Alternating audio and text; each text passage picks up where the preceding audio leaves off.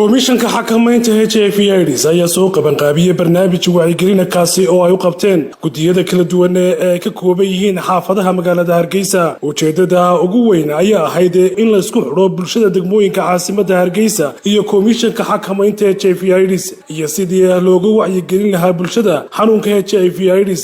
waxaana gudiyada lagu barayay casharo ku saabsan sidii bulshada looga wacyigelin lahaa xanuunka HIV/AIDS. waxaa halkaasi ka hadlay oo furay kulankan agaasimaha wacyigelinta iyo abaabulka ee komishanka xakamaynta HIV/AIDS Maxamed Yaasiin. waxaanu halkaasi ka soo jeediyay hadallo kala duwan oo ku taxalluqa sidii bulshada looga wacyigelin lahaa xanuunkani iyo sida qofka xanuunka qaba uu u qaadan lahaa daawooyinkiisa isla markaasna aanu u kala jarin si aanu xanuunku u fidin.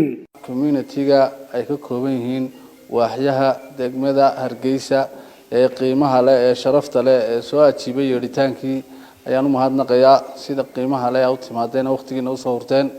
kulay waxaynu ka wada hadlaynaa wax danteena iyo dantii arrimaha bulshada ku saabsan sidii casharadu idinku socdeen.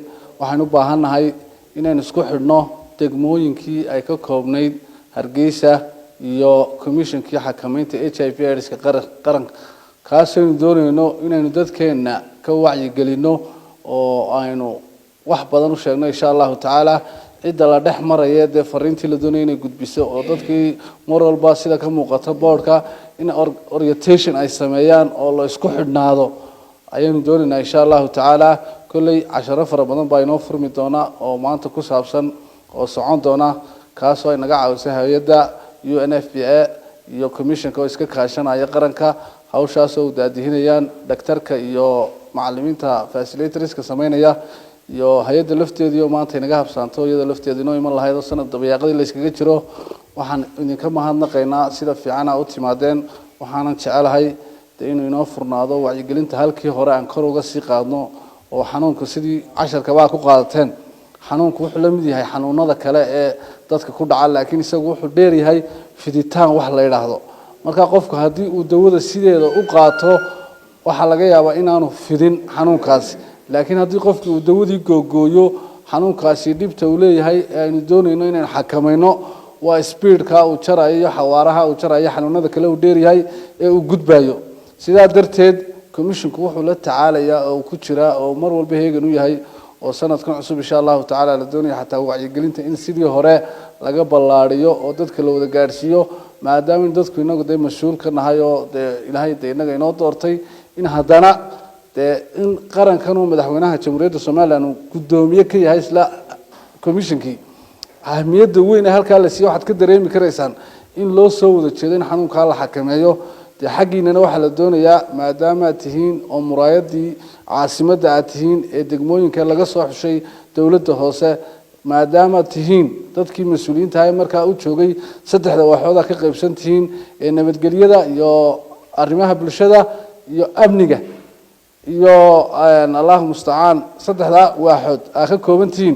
waxa la doonayaa inaynu wacyigelinta ugu ballaaran aynu ka dhigno sidaynu xakamaynta HIV/AIDS-ka u gaarsiin lahayn dadkeena dadkuna isu ilaalin lahaa oo dadka xanuunka la nool laftoodana aan loo takoorin qofka lagu dardaaro haddii xanuunkaasi asiibada inta adduunyadu waa balaayo wareegayse qofka uu asiibo in la yiraahdo dawada si wanaagsan u qaado.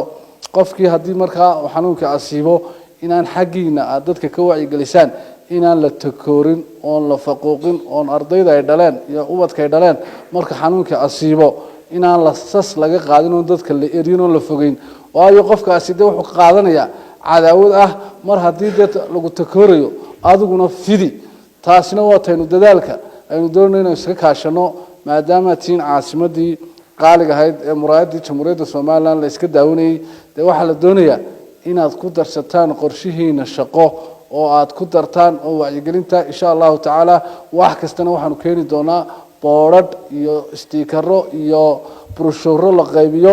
idinkuna aad wacyigelinta maalminta community-ga la kulmaysaan inaad u bandhigtaan aad tiraahdaan war hoy is ilaaliya caafimaadkiina ilaaliya dadka xanuunka la nool ha takoorina.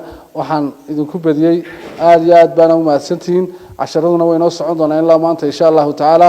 waxa qaadataan idinkuna wax soo gudbiya oo waxa la doonay inta la isu geeyo inaynu meel marino oo aynu jamhuuriyadda Soomaaliland caalamkuna waxay nagaga daydaan aan la nimaadno